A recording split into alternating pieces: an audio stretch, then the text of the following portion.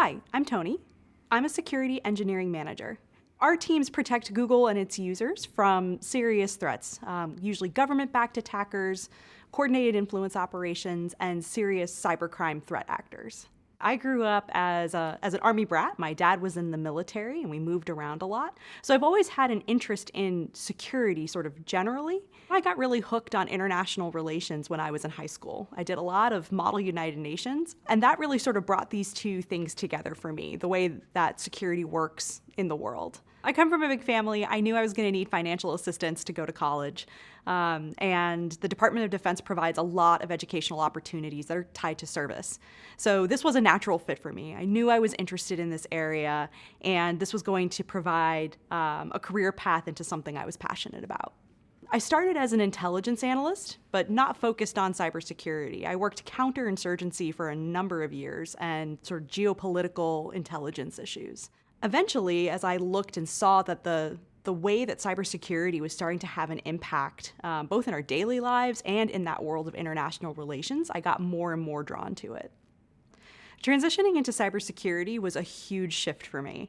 I came in without a solid technical background, had to learn a lot of that on the job and through self-paced learning in different types of courses. I needed to learn programming languages like Python and SQL, two of the things that we cover in this certificate. I needed to learn a whole new language about the vocabulary of threats and the different components and how those manifest technically.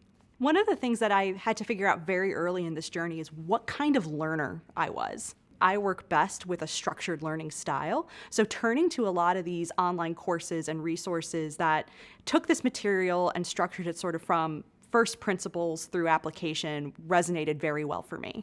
A lot of this was also learned on the job by coworkers who were willing to share and invest time in helping me understand this. I asked a lot of questions, and I still do. Most of cybersecurity work is going to be learned on the job in the specific environment that you're protecting.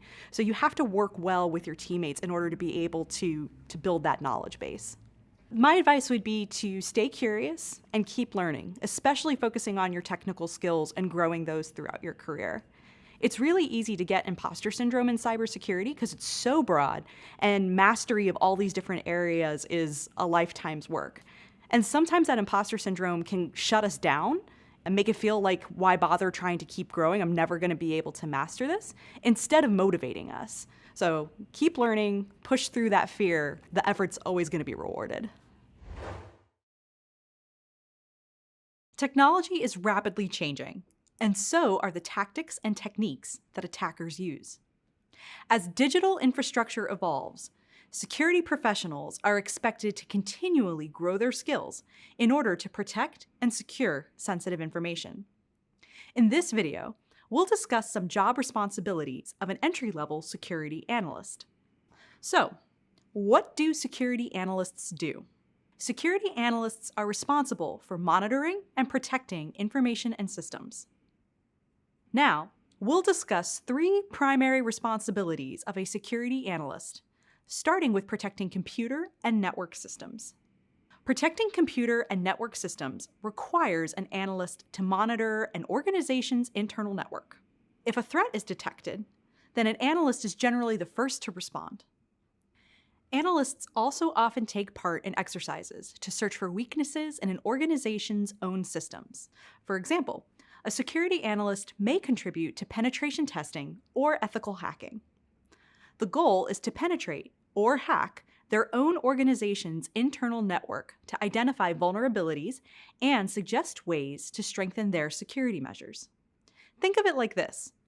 After you lock your car, you check the door handles to make sure no one can access any valuables you keep inside. Security analysts also proactively work to prevent threats from happening in the first place. One way they do this is by working with information technology, or IT, teams to install prevention software for the purposes of identifying risks and vulnerabilities. Analysts may also be involved in software and hardware development. They'll often work with development teams to support product security by setting up appropriate processes and systems to meet the organization's data protection needs. The last task we'll discuss is conducting periodic security audits. A security audit is a review of an organization's security records, activities, and other related documents. For example, an analyst may examine in-house security issues such as making sure that confidential information, like individual computer passwords, isn't available to all employees. Phew, that was a lot to cover. But hopefully you have a general idea of what entry-level security analysts do on a day-to-day basis. Security analysts are an important part of any organization. Their daily tasks protect small businesses, large companies, nonprofit organizations, and government agencies. They also help to ensure that the people served by those organizations remain safe.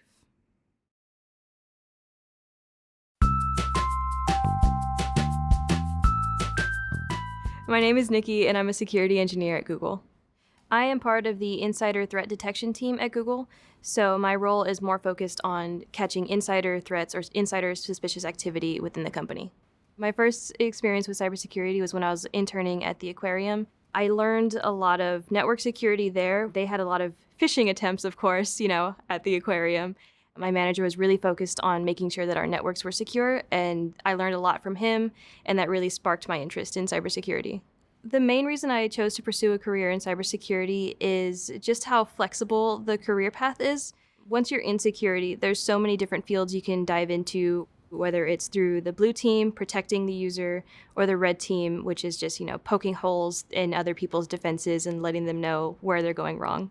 A day in the life as an entry-level security professional, it can change day to day, but there's two basic parts to it. There's the operations side, which is responding to detections and doing investigations.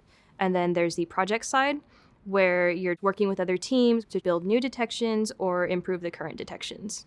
The difference between an entry-level cybersecurity analyst and an entry-level cybersecurity engineer is pretty much that the analyst is more focused on operations, and the engineer, while they can do operations, they also build the detections, and they do more project-focused work. My favorite task is probably the operations side, doing investigations, because we can sometimes get something like, this actor did such and such on this day. And we're supposed to then dive into what they've been doing, what they've been working on, to figure out if there's any suspicious activity or if it was just a false positive. One of the biggest ways I've made an impact as an entry-level cybersecurity professional is actually working on the playbooks that our team uses.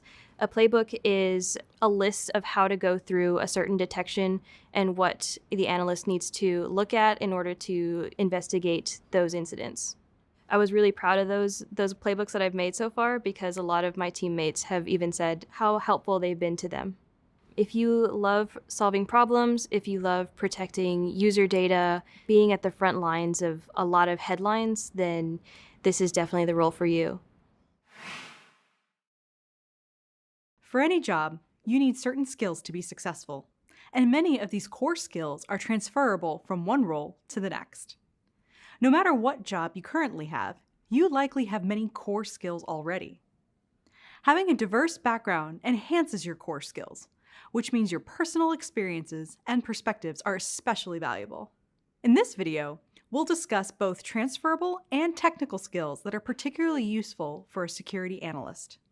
Transferable skills are skills from other areas that can apply to different careers. Technical skills may apply to several professions as well.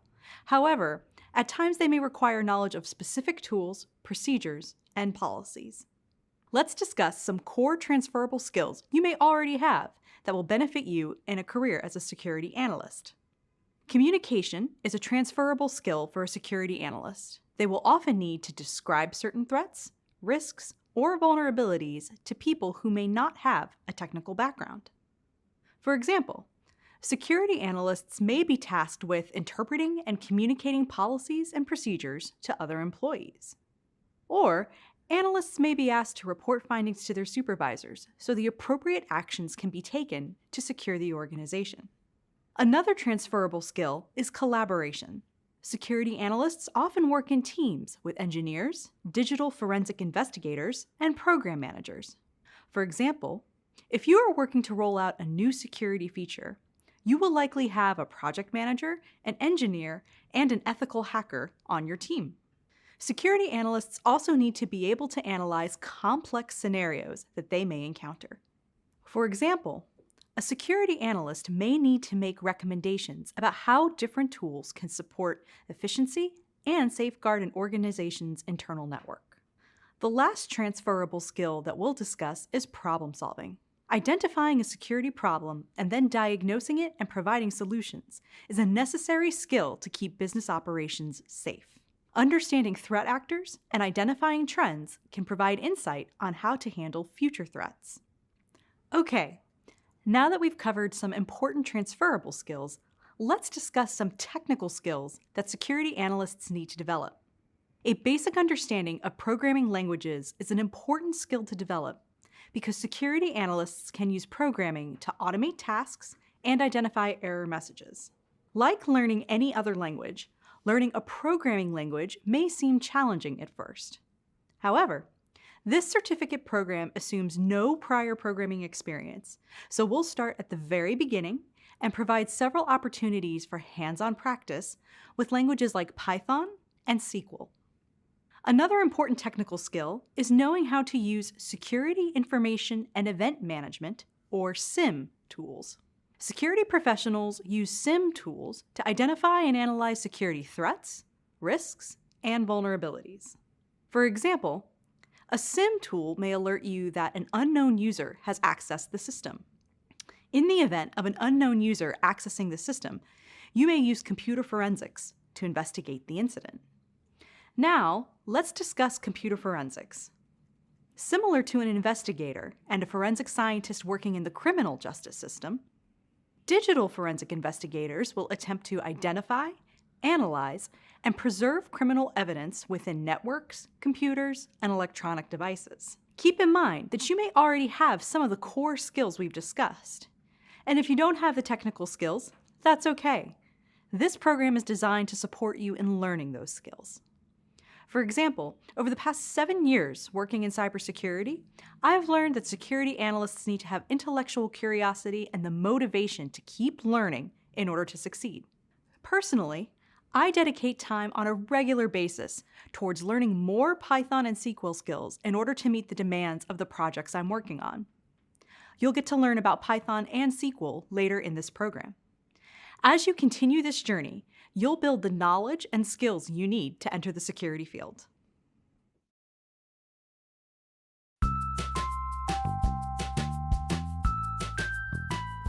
Hi, I'm Veronica, and I'm a security engineer at Google. My journey into cybersecurity has changed my life for the better in so many ways. The most important part is fulfilling work. I get to do something that I absolutely love and that I'm super interested in, and I feel very lucky that this is what I get to do for work. Before I entered my current field, I had no idea what cybersecurity was. My knowledge of cybersecurity was using secure passwords, and that was about it. So if you asked me, would I be in cybersecurity 5 years ago, I would have said, what is that? Someone without a technical background can 100% be successful in cybersecurity. My path to my current role in cybersecurity started as an IT resident here at Google, staffing tech staff. I learned a lot of analytical thinking skills working at a help desk, troubleshooting, debugging. I didn't realize I had transferable skills until I got into my role in cybersecurity. And from there, I took it upon myself to bug a bunch of security engineers, interviewed a lot of them. I didn't get here alone. It took a village of mentors to get me here, so don't be afraid to ask for help.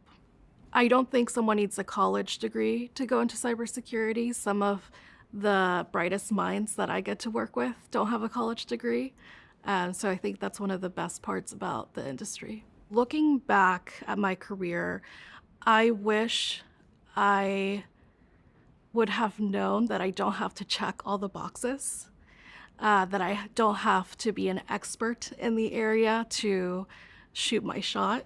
And I also wish I would have known that perfectionism can get in the way of what you want to achieve. As we've discussed, security professionals protect many physical and digital assets. These skills are desired by organizations and government entities because risk needs to be managed. Let's continue to discuss why security matters. Security is essential for ensuring an organization's business continuity and ethical standing. There are both legal implications and moral considerations to maintaining an organization's security. A data breach, for example, affects everyone that is associated with the organization. This is because data losses or leaks can affect an organization's reputation, as well as the lives and reputations of their users, clients, and customers. By maintaining strong security measures, organizations can increase user trust. This may lead to financial growth and ongoing business referrals. As previously mentioned, organizations are not the only ones that suffer during a data breach. Maintaining and securing user, customer, and vendor data is an important part of preventing incidents that may expose people's personally identifiable information.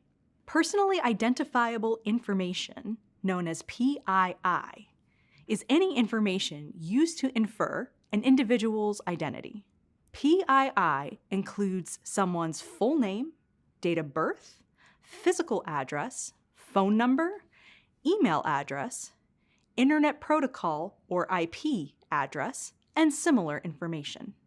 Sensitive personally identifiable information, known as SPII, is a specific type of PII that falls under stricter handling guidelines and may include social security numbers, medical or financial information, and biometric data such as facial recognition. If SPII is stolen, this has the potential to be significantly more damaging to an individual than if PII is stolen. PII and SPII data are key assets that a threat actor will look for if an organization experiences a breach. When a person's identifiable information is compromised, leaked, or stolen, identity theft is the primary concern. Identity theft is the act of stealing personal information to commit fraud while impersonating a victim. And the primary objective of identity theft is financial gain. We've explored several reasons why security matters. Employers need security analysts like you to fill the current and future demand to protect data, products, and people, while ensuring confidentiality, integrity, and safe access to information.